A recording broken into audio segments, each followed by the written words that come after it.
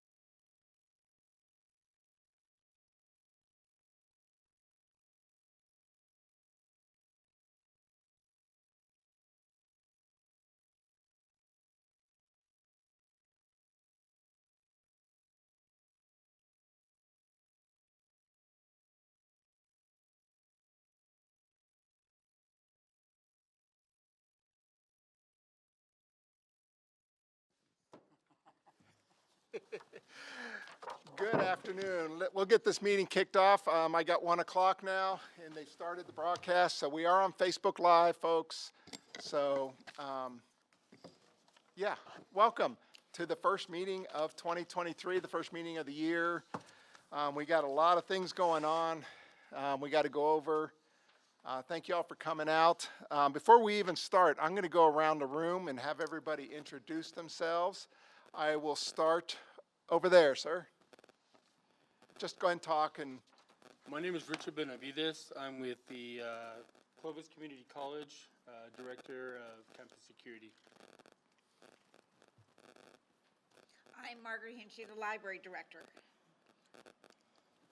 I'm Faye Craigmile, Deputy Fire Chief, Clovis Fire Department. And if I could get you guys come on up to the mic and introduce, that way we have it on the recording, please. Since you all decided to sit down there, come on up one at a time. Hello, I'm Brendan King. I'm one of Mr. Nelson's students at UNMU. Welcome, welcome. Hi, I'm Elaine Williford. I'm with New Mexico Baptist Disaster Relief. You can adjust the mic. I'm Sandy Bodine, Air Force veteran, and I'm a realtor with Berkshire Hathaway. Welcome.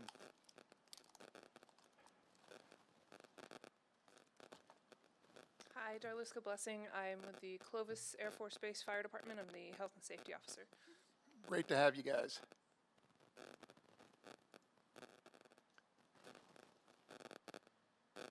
Hello. Jose de la Serna. I'm with Emergency Management at Cannon Air Force Base. Welcome.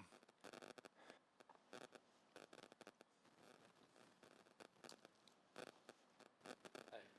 Aaron Armonger, Cannon Air Force Base, Emergency Management. Welcome, guys. Christine Amacone, with New Mexico Department of Health. And I'm Brett LeMay, Cannon Air Force Base Fire Department, captain with them. Laurie Nelson, Eastern New Mexico University, and CERT. Ruth Ann Kelly, Emergency Management. So, welcome everybody. Sergeant Logan around still? Okay, well, good, good. So first thing on the agenda, we have the minutes from last September. That was our last meeting. We kind of called off November's meeting, got a little tied up with some stuff. Has everybody had a chance to read the minutes? I know I didn't send them out. Y'all can yell at me. I've read the meeting, I've read the minutes and make a motion that they be accepted.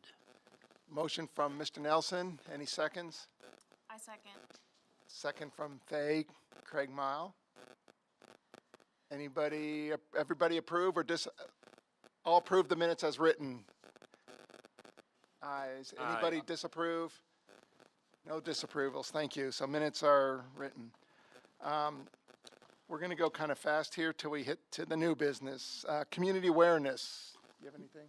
Nothing specific for community awareness that I'm aware of.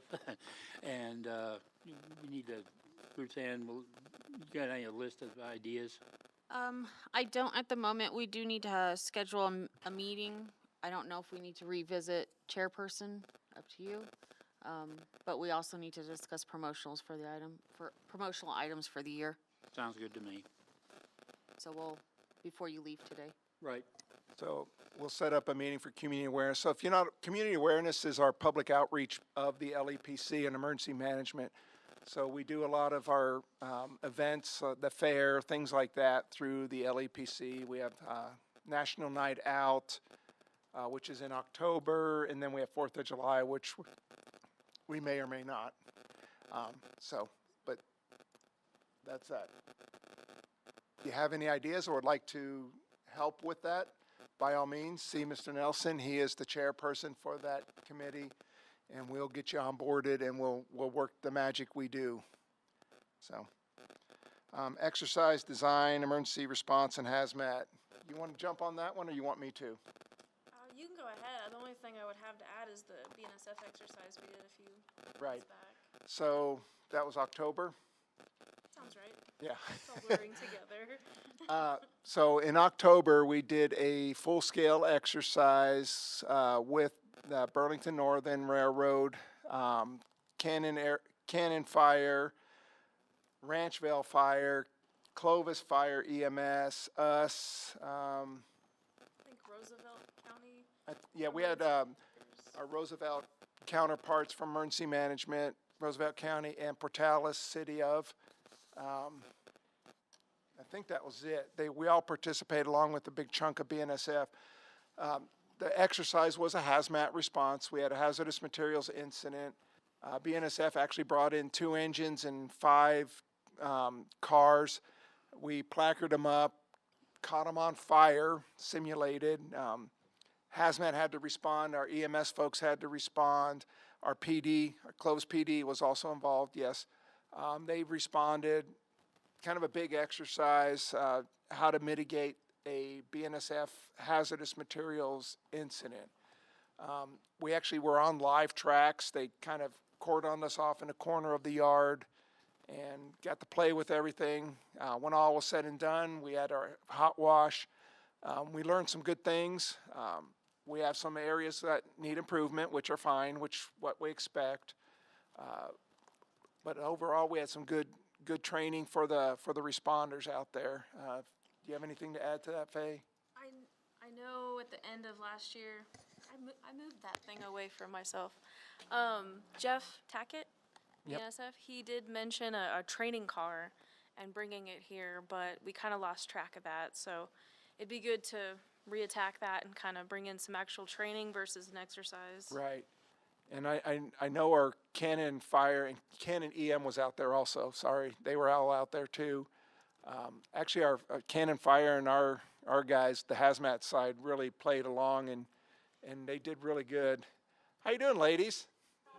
Can I get you to sign in right there for me, please? Right there at the corner. And then we have some stuff on the edge there. If you'd grab some of the stuff we're going to go over and what we're going over. Oh, thank you. You're welcome. And now, where are you guys from? Community home care. Community Home Care. Welcome. Thank you. It's good to see you guys back. Yes, it's been a while. Yes, it has. So, but yeah, so we'll get back onto, we'll touch bases. He's been active in other things lately. Yeah. So, okay. Anybody have anything they'd like to add? No. Okay. So under the unfinished business bylaws, So our bylaws are 12, 13 years old. Last year said, okay, we need to update them. Looked at the regulations, looked at all the policies, procedures, everything to deal with the LEPCs and state laws and all that. Kind of talked to our city manager, city attorney, and to look at, instead of doing bylaws, going to policy and procedure type thing. How are we going to do this? How are we going to do that? It made more sense to me to do that way than do a whole bylaws.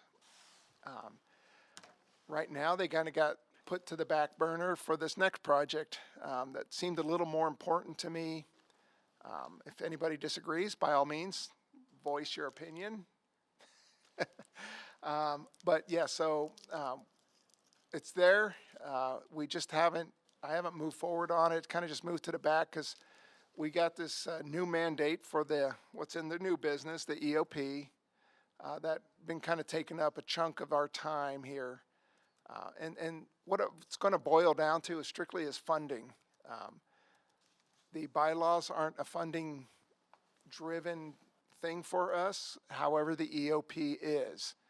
And I'll move on to that with the new business. So the emergency operations plan,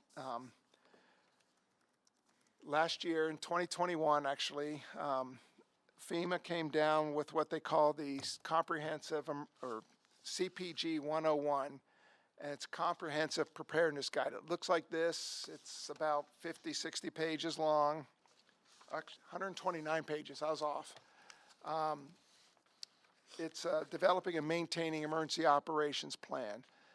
So this year, part of our grant funding is going to be based on what we can do to meet our planning needs out of this document.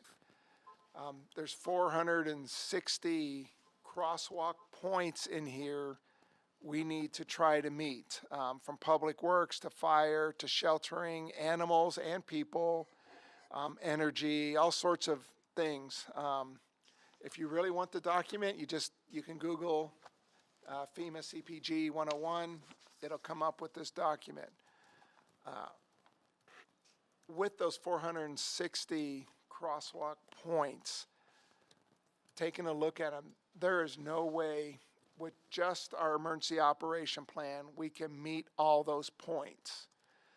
So the alternative is, and I've seen other jurisdictions have done this, and it's mentioned in here, is we do a comprehensive emergency management plan. So basically, we take multiple plans and make it a big document. So last year, we finally finished our multi-jurisdictional hazard mitigation plan. That is going to be part of this overall plan. Hi, Aaron. So that's one document. The EOP is the response side of this. All of my departments in the city right now have their marching orders on this. The same thing I'm going to ask all of you to help me with in part of this. Another aspect is pre- and post-disaster recovery plans and continuity of operation, COOP plans. Those are down the road, okay? I'm focusing on right now just getting our emergency operations plan. I figure with everything, with all the coordination, it's a 12 to 18 month project. It's going to be working on, okay? I'm asking all you guys' help with this. So if you picked up this document that says comprehensive emergency plan and like that, it gives a quick outline of what it is, but if you go to page 6 on this, there's the hazard analysis.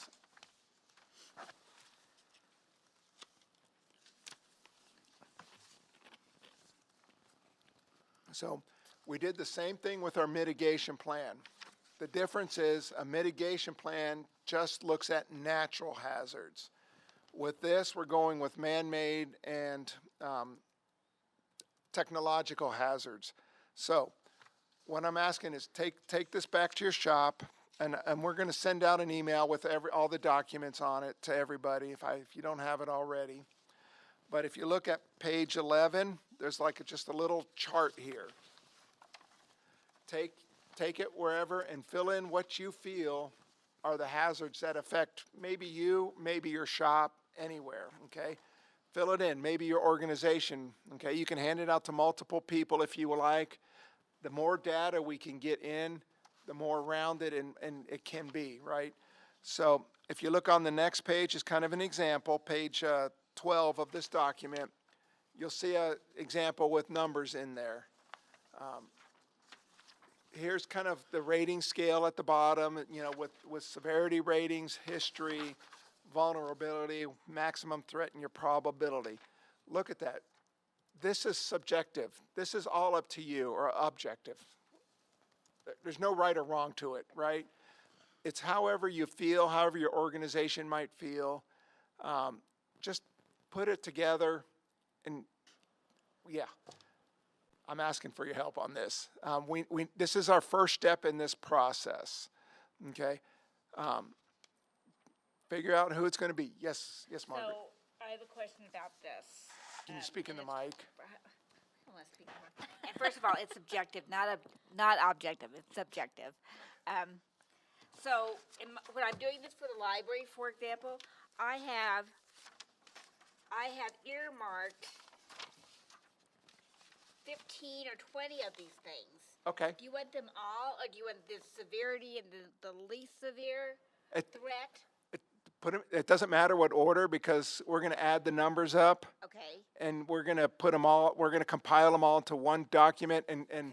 you know, if you give me 20 items, fantastic. So I can use more than one of these pages? Absolutely. Okay. Absolutely. You know, these are, I know on this it says we even have a zombie attack in I here. know, zombie attack is high on the library's list, I'm telling you. Well, you know, it just depends, right? There's all sorts of things in here, folks. Some things we might not think, you know, 3 years ago, we probably wouldn't have thought of a pandemic the way we think of it now, right? Bird flu is out there big time. Don't forget the animals too. We had that situation with cattle that had to be. Right. No, absolutely. The blizzard with the Goliath storm, we had a huge impact on our livestock. Absolutely. So, I mean, folks, this is just real quick. It's not the all answer to all. If you see something that's on there, put it down. If you feel it's something that we should take a look at and think about.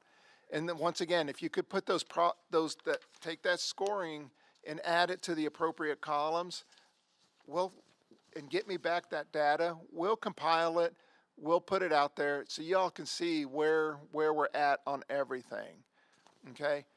Let us do the hard work. If you could just take it and add it up in each column. Yes, Aaron, did you have something?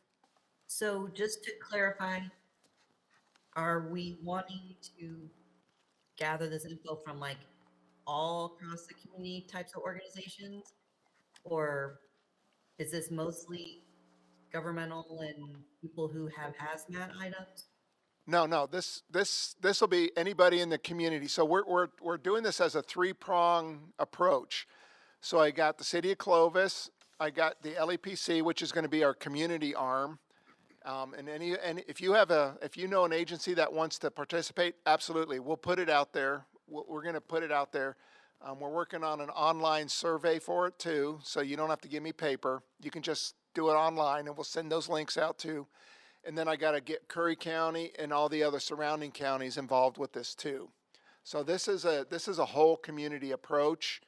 So yeah, that's why I gave us a year to 18 months to get this done, because it's just going to take some time. This is just one aspect of it. Once we get this done, we're going to do the compile of the of this data, and then we're going to do. My city and folks are already working on their functional annexes of the EOP.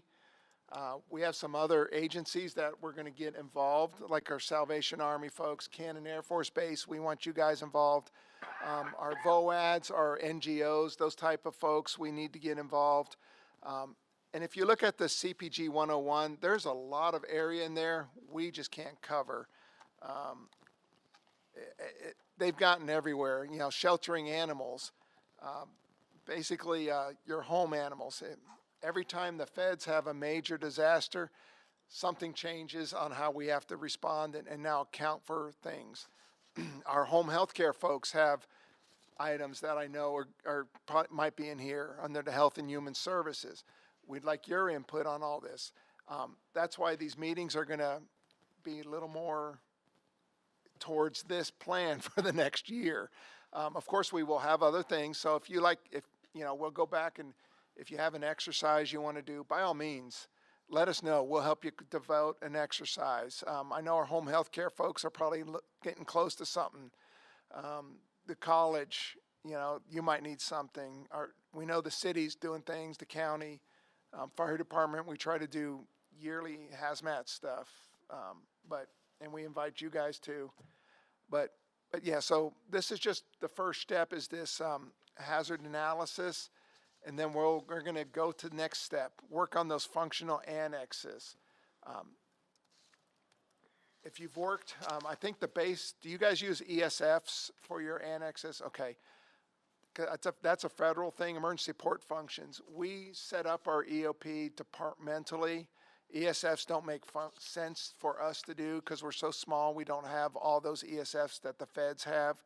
So we do it departmentally. We have law enforcement, we have fire department, we have public works, we have health and human services, sheltering.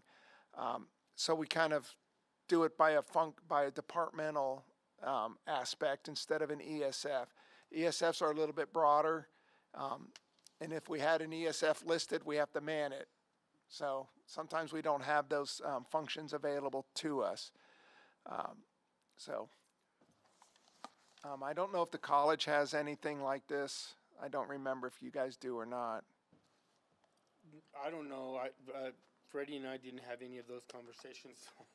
Okay. This is something I'll have to learn as we go. Okay. No, I know the base has EOPs, and they have all sorts of they have a plan for a plan. And I'm not sure. I think Salvation Army, you guys have disaster stuff already in place, correct?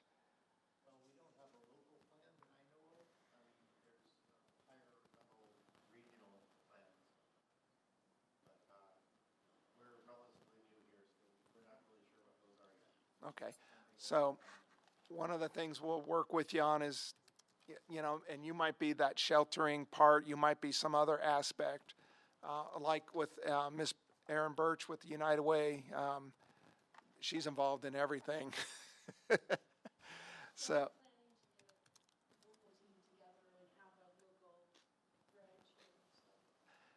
Can I ask you something? If you're gonna, I should have said this. If you can come up to the mic and speak, that'd be fantastic, because no one in computer land can hear you. I know, sometimes you don't want that. Unless you want to sit at one of the chairs, you're more than welcome to do that too. But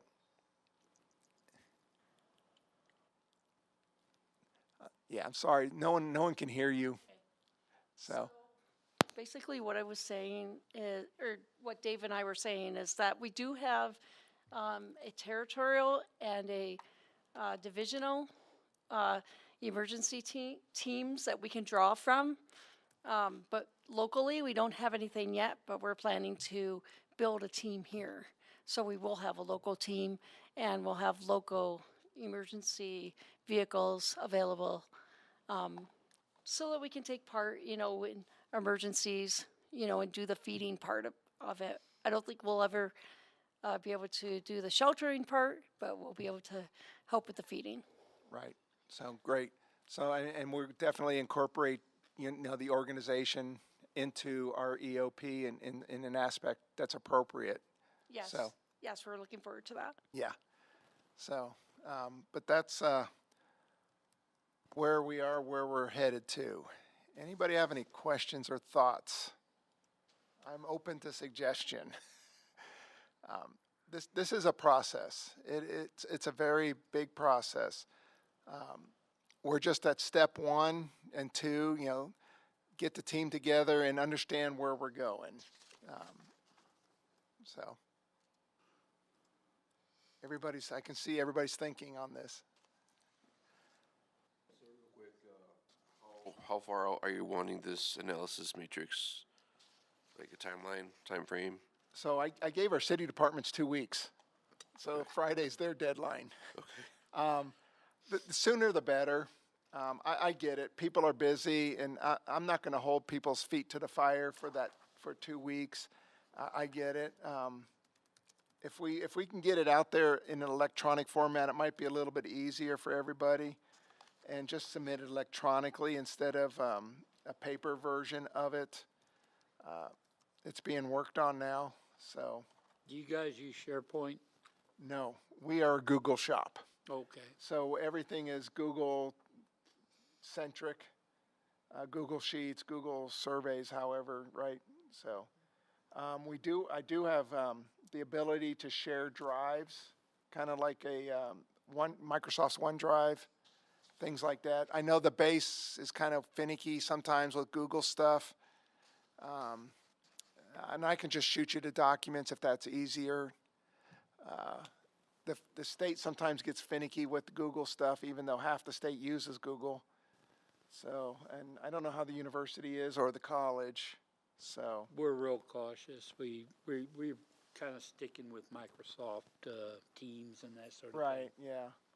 And are you guys- Dan, yes, if you needed to use SurveyMonkey, we've got an account with that. And that is just a website, so it's a little friendlier than the Google or the Microsoft. okay. No, sounds good. We'll probably address it as those issues come up. Yeah. So I know everybody doesn't like certain platforms, and it's sometimes we run into those issues, but that's where we're at right now. We are trying to get this going. We got to get it going. One thing we have to keep in mind is we can do the plan at the city level, but it also has to be at the county level. So we have to take it to both governing bodies of the city and the county and the surrounding communities and get this all passed. So that's 5 governing bodies that have to approve this plan before it's promulgated and we can send it to the state. And there's a lot of review processes. I will send out the shortened version. This is what the document looks like that the state sent out with all the crosswalk points. They're looking at, we have to fill in on the final plan this question, where the answer is, and did we meet the objective, yes or no, or not applicable. Some are going to be not applicable. There's some things we won't meet, no matter how much we try, just because of our resource limitations here in the community. So, but we just got to be able to articulate it in the plan how we can't meet that, or how we can, or where we are. It's a process. That's one of those refer to the EOC plans. Right, but we have to list EOC. State EOC. Right, we have to list in the EOC what paragraph, what page, what point, right? That's what the state is mandating from us. Okay. And this is all grant funded. Our funding is being held to that standard. So we're working it. As long as I know it's not going to be an overnight fix, I think the overall comprehensive plan is going to take about 5 years, 3 to 5 years. And then we start over, right? All of our plans have a 5-year life cycle. Excuse me. So in 3.5 years, we're going to be looking at our mitigation plan again. So, but that's where we're at. So I think it's going to be it's a process, and frankly, we need everyone's help on this. So, any thoughts? Any comments? I'll try to bring some more students into this, reinforce this. No, that'd be fantastic. The more set of eyes that will look at this in the long run, the better I think it will be. Everybody has a different view and things, so it's really great to get all the input from everybody. So that's why we're looking at this, the comprehensive plan. It's just all encompassing. It's a whole new project that we're undertaking. So I'm learning as we're going myself. I think Ruth Ann's learning as we're going also. So it's a new aspect of this. So, did you have anything, Aaron? So February 16th, Thursday the 16th, we'll be holding a community interagency meeting, our home meeting at the MAT 25 Center. And Dan, I can put you on our schedule to ask for this input from those organizations to attend. That'd be great, Aaron. You said what date again, Aaron? 9 a.m. to 10:30 at MAT 25. What date again? 16th. February 16. Okay. Yeah, put us on there. We'll definitely be there or be involved. Everybody looks quiet. Their lunch just hit them. So, but that's where we're at. If everybody's good with what I've said and kind of okay, if you have questions, folks, reach out to us. Feel free. We're here to help. We're here to answer. Our goal is to make this a community plan and make this how we're going to respond as a community to certain events or what the feds call incidents. We're welcome. Well, any input will help. We don't know it all. We have one view. Everybody has a different view based on their agencies or their jobs or whatever. So the more input we get, the better off this plan will be for the community. So I do have another question. So in this, again, addresses how to fill in this thing. So for example, let's just say active shooter in the library. To me, knowing what we've been through, it is a high risk for us.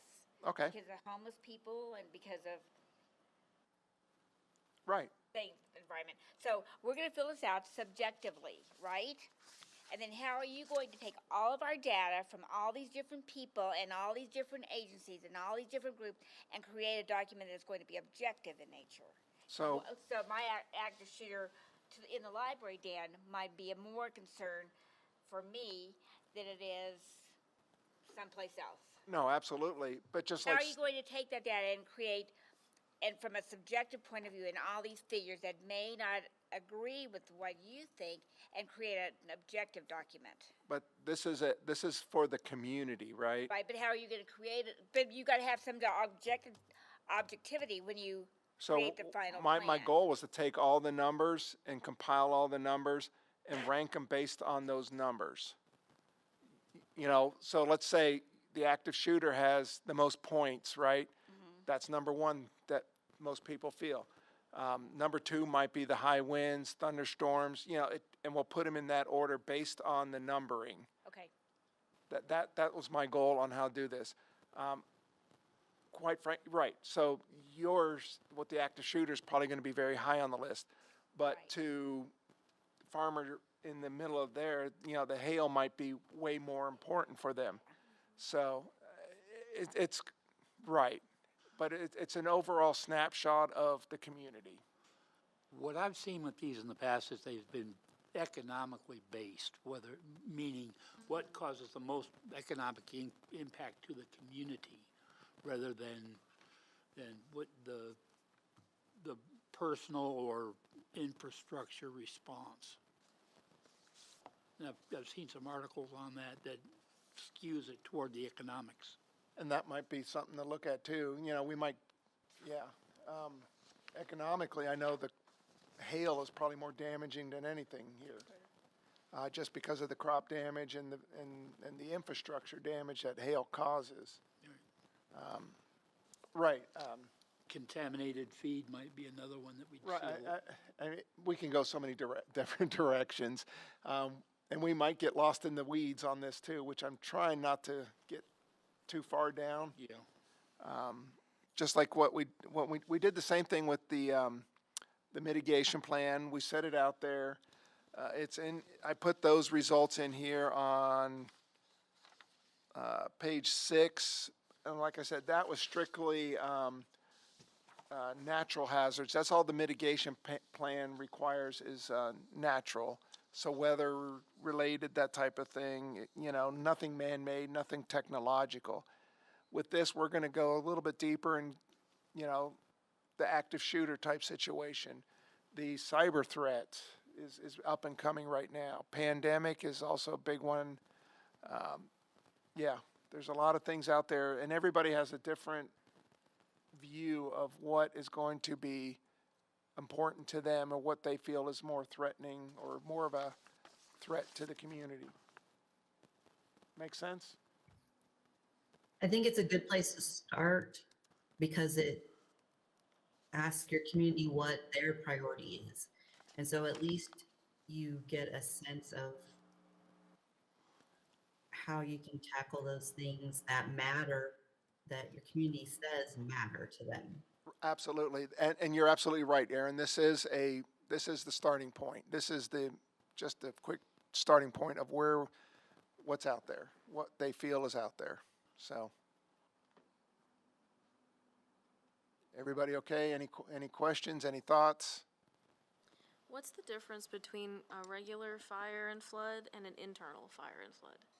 Does I don't know. Definitions? Okay. I Is it like within city limits, jurisdictional?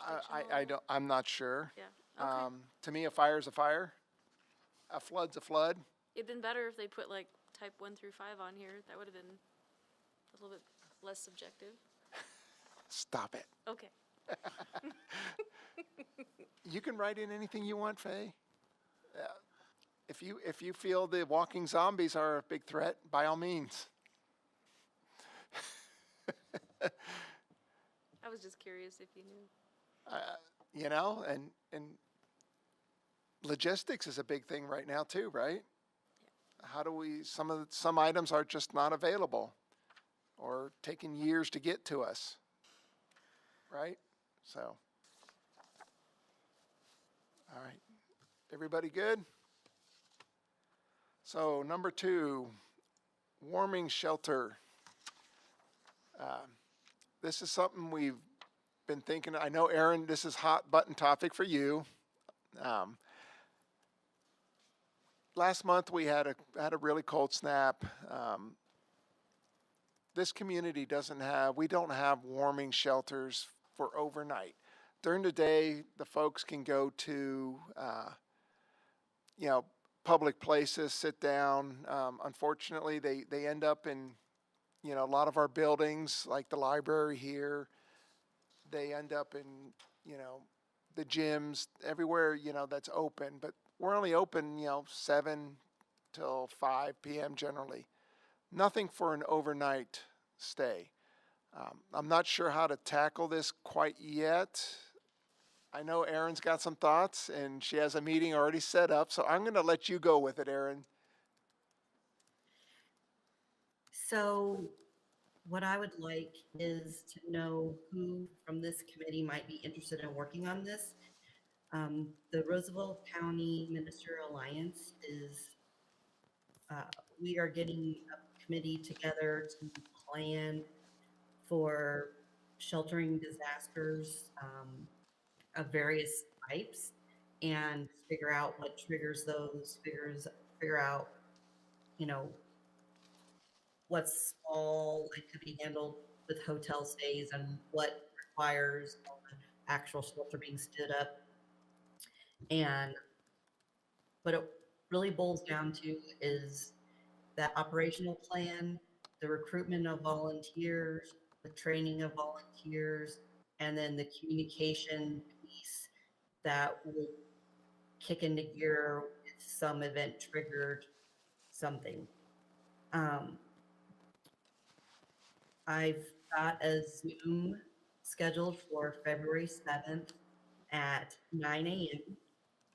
And I welcome folks from from Curry County to join us because it's really the same conversation in terms of truly getting community support for whatever solution we want to put in place. So who's interested? I already invited Salvation Army. I already invited Dan. And if you don't mind, we'll share that link with the whole LEPC grouping. So anybody who wants to be part of that is more than welcome also. I don't know a simple solution. That's a resource intensive strategy, with sheltering. We do have a shelter plan, absolutely, a disaster shelter plan, but not a warming shelter. And I make two distinctions, right? A shelter during disaster, we have an event happen here in town where families get displaced. We have that already in place. We will use the Roy Walker Gym. The Red Cross, we have a sheltering trailer that has enough bunks, if you will, and bedding for 50 individuals. We'll set it up in the Roy Walker Gym. What we don't have is for the, and I don't want to use the routine, but the non-disaster warming shelters for overnight for those cold nights where, like last month where we had 36 hours out of 40 that it was below 10 degrees, right? How do we keep those folks healthy and alive, right? I don't know. So I would say even your disaster shelter plan, you truly don't have boots on the ground ready to stand that up, right?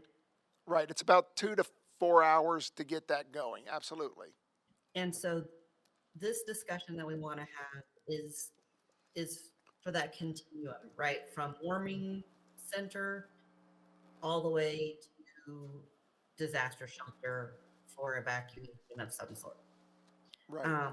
Because at the core, it's a volunteer problem. It's a volunteer who's been trained, who's been vetted, who knows their role and how to carry it out. So we're just going to start and see where we go. No, absolutely. And, the Red Cross is our sheltering trainers, and that's one of their big fortes is sheltering. Food, Baptist Disaster Relief is one. Our Salvation Army is going to be coming on board with that also. So that's one other aspect. And like Aaron said, I think this is going to be very much volunteer driven. For disaster shelter, it's going to be, community driven with volunteers and, City of Clovis employees working that shelter at the Roy Walker Gym. So, since that's a city asset. So, it's just, we got to figure this out. We got to see where this goes, how it goes. If there's a church that would open up, fantastic. Let's work with that, faith-based organization. If the college wants to do it, if anybody wants to do it, I'm just throwing things out there, right? But very much a volunteer driven. So. Does anybody else in the room right now want to tell me for sure that they want to join this effort? Send me an email, make sure that I'm there. That's Larry Nelson. And maybe we can get some of your folks some thoughts. That's right.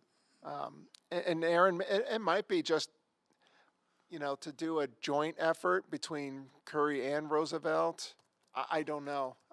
We're so close, and it just makes sense to combine resources instead of, separating or combine the same policies and type procedures and use two different facilities in the community. I don't know. I don't know what that would look like. If we do one community with one facility, transportation might be an issue.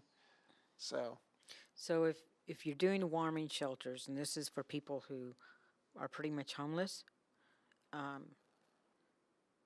you'd probably have to have two different locations, one here and one in Roosevelt County, because these people aren't going to be able to travel. Right. Unless, you're going to move them. But you want to get your volunteers locally, because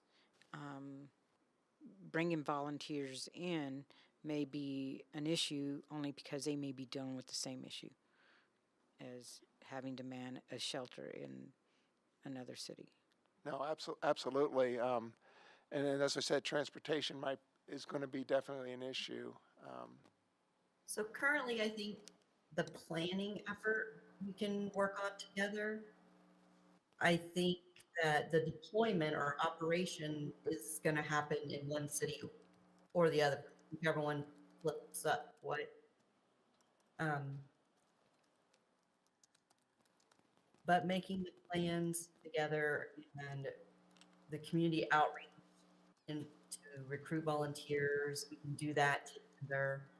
Anyway, we're going to work on it as much as we can together, No, right. meet the needs of each community as we can. Nope, absolutely. This is something we need to tackle. Just like with Goliath, we didn't really have a good sheltering for disaster plan. We do now. Unfortunately, it took an incident to get us going. So just like this, we'll get it going. I noticed. I want to point out that, like, I know someone who eventually lost their life due to frostbite from Goliath, and they were not homeless. But when the electricity went out and they were far out and wasn't an option, they succumbed and suffered from frostbite. So it's warming centers and things like that sound and feel like a homeless problem. It goes beyond that, depending on how the incident unfolds. Yeah, so we did have Roy Walker open during Goliath. The issue that became is how do you get there? The roads were already impassable and we couldn't move. So, yeah. And this is something we probably got to really think about preempting. When do we open it? When do we do it? What criteria is it going to be? Is it going to be when it gets below freezing? We'd be open every night almost. Is that something realistic? I don't know. Those are all questions that are going to have to be answered and worked through in the long run. We're a community that relies a lot on volunteer to do things and to help us with these issues. So, and when was that meeting again, Aaron? It's February 7th at 9 a.m. And it'll be a Zoom. Okay. And I saw the email I thought come out, so I will forward it to everybody in the LEPC group so they can see it. Any thoughts? Yeah. One of the other things we have to remember when we do these warming shelters, we have to have law enforcement presence. We have to have a fire EMS presence or availability. So those organizations need to also be coordinated with. So, no more? All right. I'll open it up the floor to anybody who would like to ask anything, throw anything out there.